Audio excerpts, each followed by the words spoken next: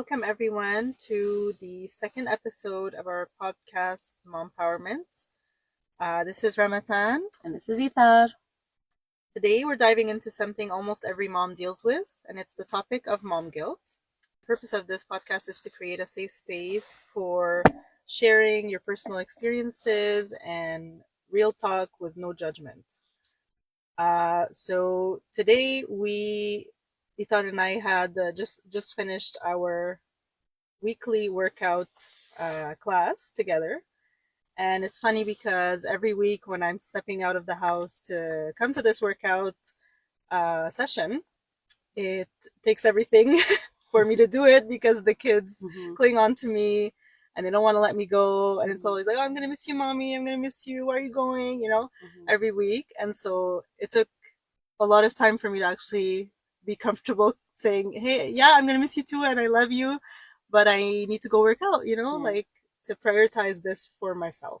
Yeah. So just a little anecdote to share to start the conversation. Yeah. No, for sure. It's not an easy type of. It's not easy to let go of the mom guilt when you're like, I know I need to do this. It's for myself. This is how I fill up my cup. But like, how do you explain that to your kid? And now for me, it became like I tell the kids, "Oh, Onilanzi, what does this mean?" They're like, "You're going to the gym." I'm like, yes, I am. Yeah. I hype it up as though it's like an activity even for them, even though it just means I'm stepping out. But it helps with looking at we're modeling it to them too. If we reflect back on our first episode where we talk about self-care, yes, sometimes it comes with mom guilt, but it is important for our own well-being. Yeah. And so it is a great topic to dive into. Yes, definitely. So with that being said, what is mom guilt? What does it mean? And really when we simplify mom guilt, it's this persistent feeling that you're not doing enough as a mom. And I think this is where we can start falling into that self-doubt and the criticism of I'm not enough. There's other moms that are doing better. I should be doing more. Look at them, like they're doing it. And we're also in an era where we have access to social media all the time at the tip of our fingers, literally.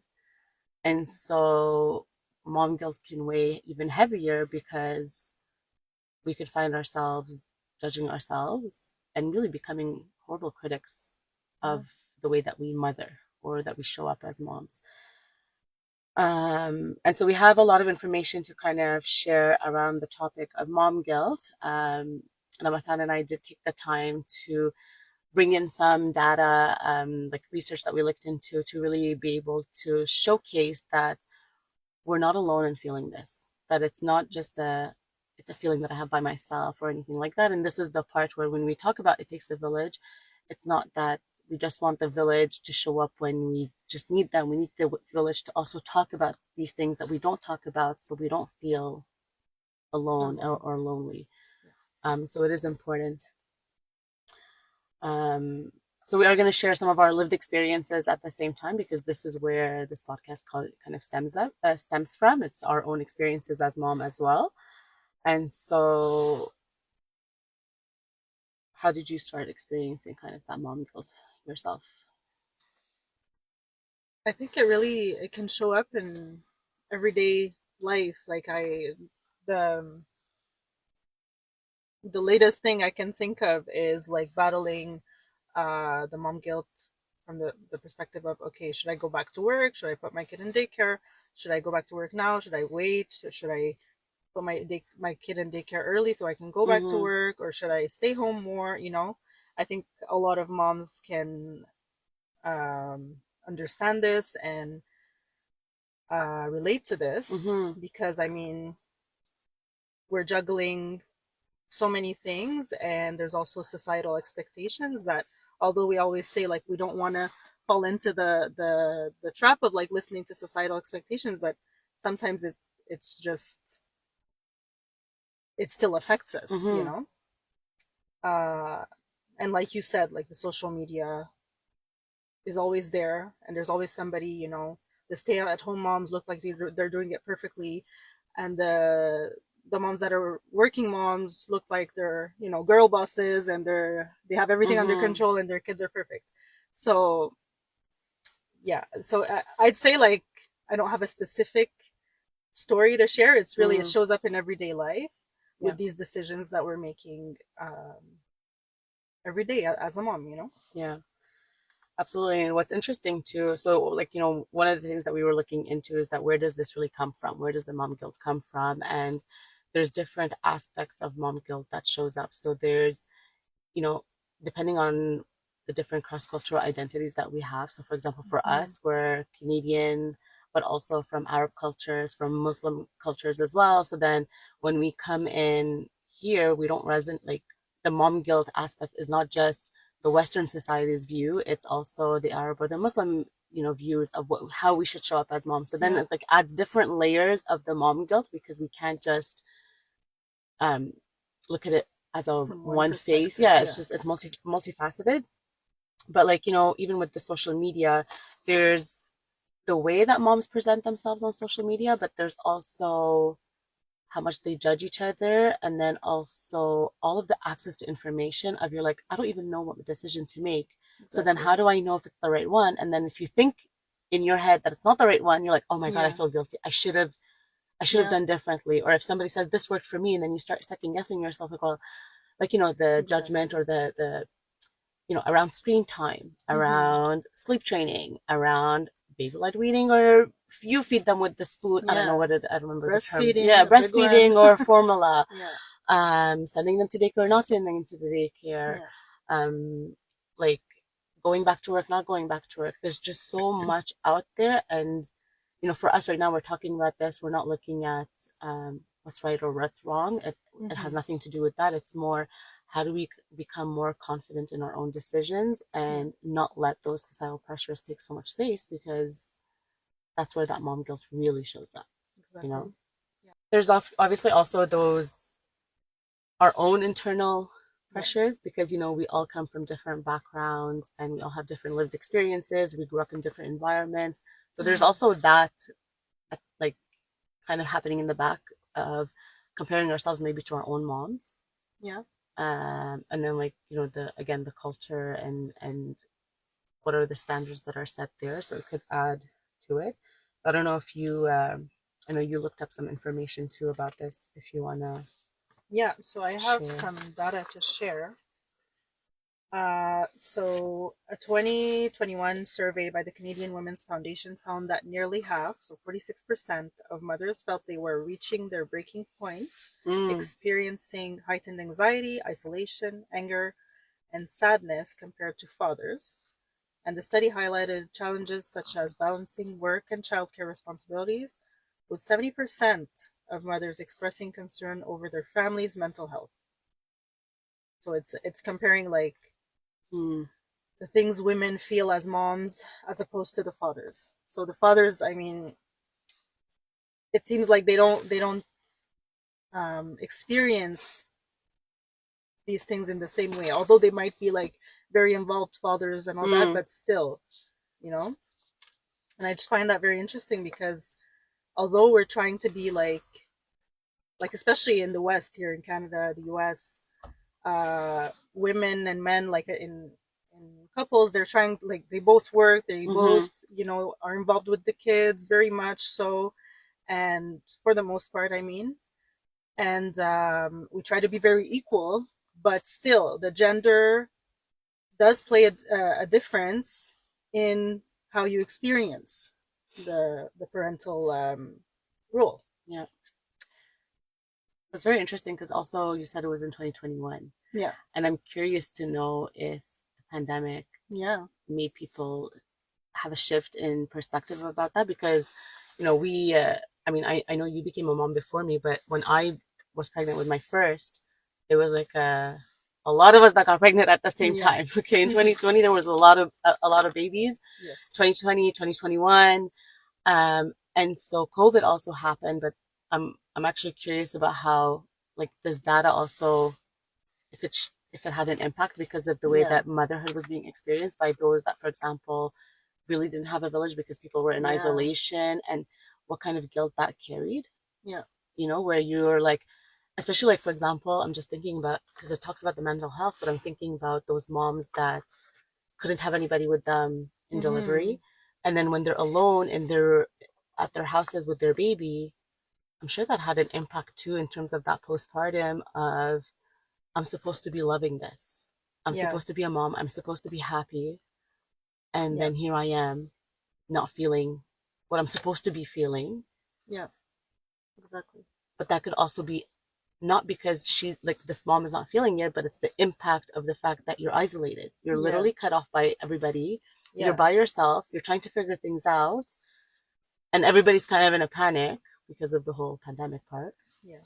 It feels so far away, but it's like, I'm sure that also has an impact on how, like, those that became moms during that time would experience that aspect of motherhood as well, because it Yeah. carries the weight. That's a heavy thing to carry because, when they say, oh, when you're going to get your baby the first time on you, you're going to feel, some moms don't feel that, No, that's but true. they don't talk about it. Yeah. And then what ends up happening is that you're stuck with that feeling of guilt and shame that Yes. I should be like so happy right now. Yeah. But then how do you even share that? But How do it you is say that such, publicly? yeah. But a lot of people actually go through this because it's such a mix of emotions in the moment. Mm-hmm. And a lot of women, not some, a lot of women Yeah. don't know how to respond to this at that moment. But like, that moment is like, you have to step up and be a mom now, Yeah, you yeah. know? And a lot of people, it takes time. It takes time. It's not an easy thing. Like, No. so there should be no shame associated to that. But I think, again, societal expectations um, do play a role in this. Absolutely. I have more data Yeah, actually. go You ahead. know how much, Yeah. you know how much I love statistics and data. Um, so there was another study done across 42 countries that revealed that parental burnout and associated to mom guilt is more prevalent in individualistic cultures. So Mm, cultures like here in Canada and the US, the Western because cultures, yeah. because it's not like we're very it's a very individualistic culture. We don't have that village, you Mm-hmm. know. Yeah. Whereas in other societies where it's more of a collective um, culture, Yeah. they have support systems, and they have grandparents, they have friends. It's a whole community, and that alleviates the maternal guilt, and it actually, it's almost as if it shares Mm. the maternal guilt. So like the mom is not feeling all this pressure on herself, you know? That's so interesting because I can see that. I remember studying about the mental health of immigrants Mm-hmm. versus the mental health of people that are already here, and it was the same thing that mental health aspect was more heightened in individualistic societies versus the community part, Mm-hmm. so the collective societies. Yeah. Um, but what I find interesting is that, one of the things that I read about mom guilt is that it was showing actually that there was a study that found that 72% of first generation immigrant mothers in the US specifically felt guilt over not meeting cultural standards of motherhood. So it's Well, also interesting that while they have that village, there's still another massive form of mom guilt because you're still trying to uphold the cultural standards of what a mom should look yeah, like within that culture. So exactly. it's not to say, oh, those that are in the West experience more mom guilt because Yeah, they're alone or something like that. But it's it different reiterates the fact that mom guilt is very present. It's everywhere. Yeah. everywhere in Mm-hmm. different forms of society and or cultures or whatnot. But we don't necessarily make enough space to talk about it as its own topic. I don't remember my mom ever Yeah, mentioning the word like mom guilt. It's just you just have to show up. You just do the things. These are your responsibilities. This is your yeah. obligation. Like even culturally, and like They internalize the guilt. Like they keep yeah, it. They keep it and I think on sometimes it could turn themselves. Yeah. into resent or frustration or anything like that because like if certain things are not reciprocated or anything like that, but that's because they're they're carrying part of that guilt as well. But I'm also like thinking about it. I'm just like, so culturally, even when we talk about that aspect of mom guilt, is that we don't really take the space to look at the pressures that it puts, and we just end up like it's almost like comparing Yeah. ourselves to, but they're doing it, and I should be doing it too, and what does a good mom look like? The one that makes cooked meals and I don't know what, but Mm-hmm. then maybe you don't like cooking. It doesn't really matter. Maybe you just don't enjoy cooking, and that should be okay Yeah. too. But then you feel guilty of I'm supposed to like it. Mm-hmm. I'm supposed to be doing this or This that. image of the perfect mom. Yeah. So it still makes them feel kind of inadequate in their role as moms in Yeah. kind of both spheres. I have more data for you. So, a survey by an organization called Mama Beasts found that 100% of participating mothers felt guilty at least once a day. Mm, 57% experienced guilt between 3 to 10 times a day. mm. And that's so like it's such a staggering number for me because like that's a huge load to be carrying every single day. Like we need to be kinder to ourselves. Like we're all doing our best. We're all, in this for our kids and we're just we don't need to be like putting this extra baggage on ourselves. Wow. Um I'm not even shocked. Like the thing is, I'm not yeah, even shocked by the numbers I know because what you I'm like mean. look, I'm Yeah. like reflecting on my day today, and I'm like, oh, I I definitely felt that guilt at least 3 times, Yeah. Yeah, starting with the it's true. morning when I'm like, hurry up, I need to get ready to go. Yeah. Yeah, and I already felt guilty just saying it that I have to go to work. Yeah, exactly.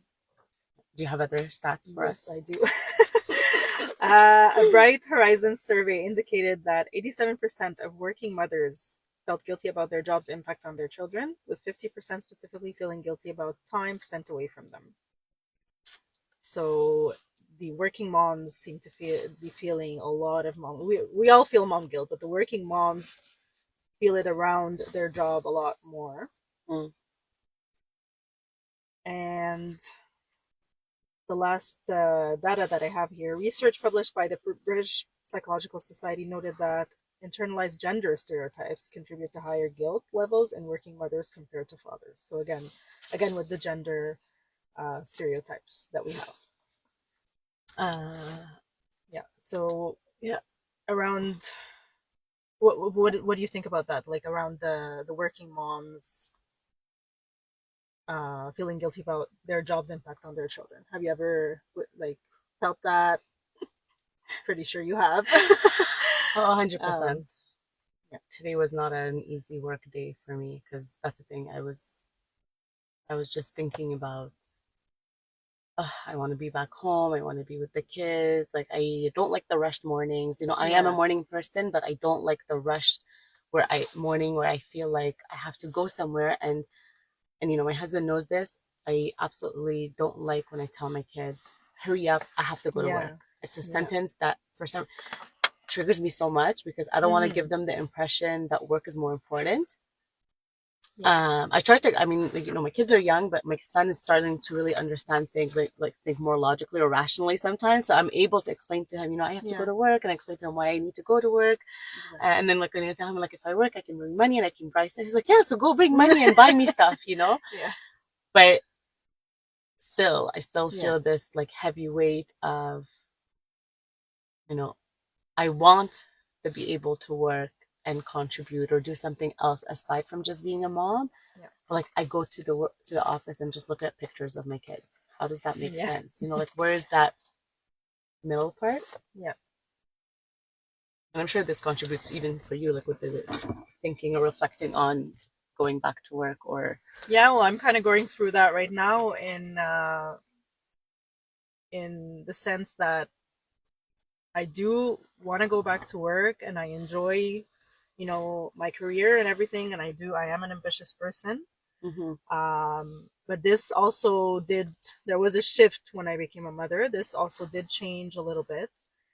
And right now I'm in the situation where the the work that I'm in, the field that I'm in, does not give me the work life balance that I'm looking for. Mm.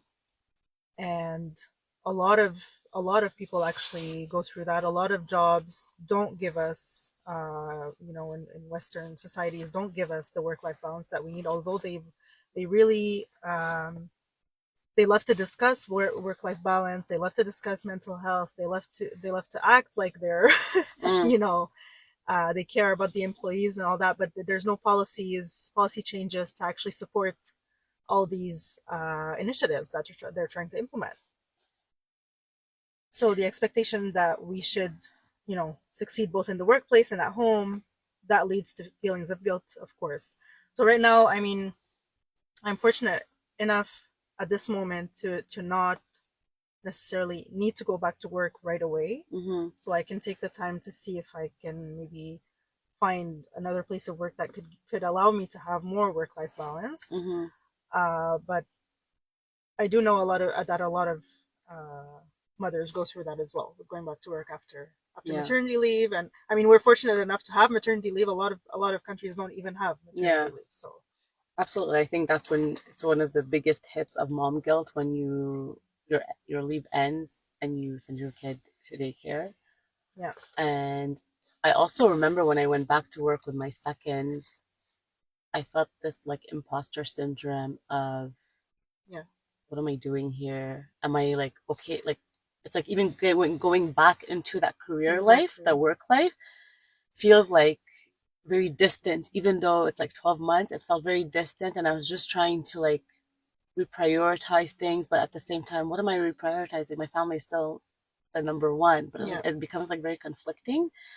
Um, but even like another guilt that we feel is when we go back to work, we're trying to prove ourselves all over yeah, again because I mean, if I'm gonna be here, I might as well, prove myself yeah, and do the best that I can, and you know um but I want to say that I know, like, this is our point of view, but I know that there's a lot of moms too who don't feel it in the same way. They feel the mom guilt, but in a different way, mm, in that they don't want to be with their kids 24/7, and they do want to go back to yeah, work absolutely, sooner. I know a absolutely, lot of a moms who hundred feel like percent, this, and there's no shame in that.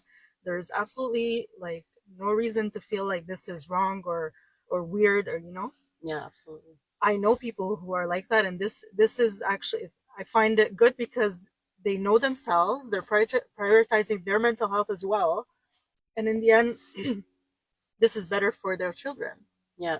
So And it's true. I mean, that's why it's like even for myself, where I'm like, it's not that I want to stop working fully. yeah, I don't want to be confined to that expectation of you need to start at this time, you need to finish at this time, and stuff like that. Like it's just not aligning with what I'm looking for. But I want to work. I want to have it's the something on the side, and flexibility. having Yeah, that flexibility.